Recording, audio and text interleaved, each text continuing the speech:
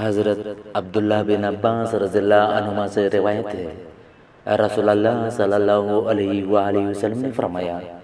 جس نے ستاروں کا تھوڑا سا علم سیکھا اس نے جادو کا ایک حصہ سیکھ لیا۔ جتنا زیادہ علم نجوم سیکھے گا اتنا زیادہ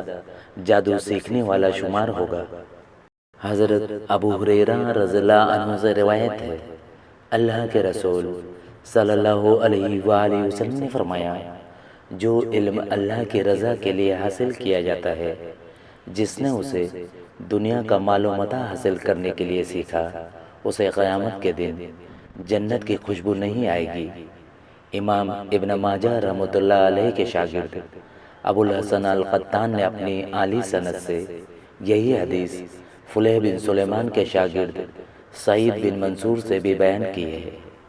مسروق بیان کرتے ہیں کہ عبداللہ رضی اللہ عنہ فرماتے ہیں، جو علم جانتا ہے اسے بتا دینا چاہیے، اور جو نہ جانتا ہو وہ اس کے متعلق کہہ دے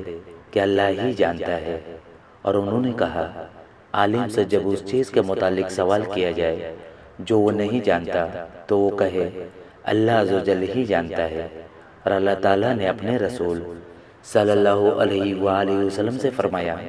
کہہ دیجئے میں تم سے دین کی تبلیغ پر کوئی اجر نہیں مانگتا اور نہ ہی میں تکلف کرنے والوں سے ہوں۔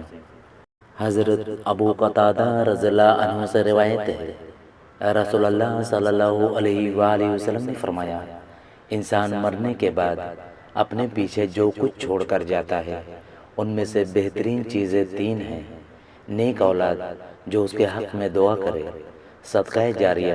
جس کا ثواب اسے پہنچتا رہے، اور وہ علم جس پر اس کے بعد عمل ہوتا رہے۔ امام ابن ماجہ رحمۃ اللہ علیہ کے شاگرد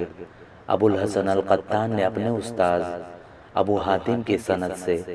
ابو قتادہ سے یہی روایت سما کے صیغے سے بیان کی ہے۔ حضرت جابر بن عبداللہ رضی اللہ عنہما فرماتے ہیں کہ رسول اللہ صلی اللہ علیہ وآلہ وسلم نے فرمایا،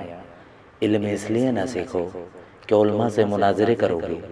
اور سادہ لوگوں سے بحث کرو گے اور مجلس کو اپنی طرف متوجہ کرو گے۔ جو شخص ایسا کرے گا وہ جہنم کا مستحق ہے۔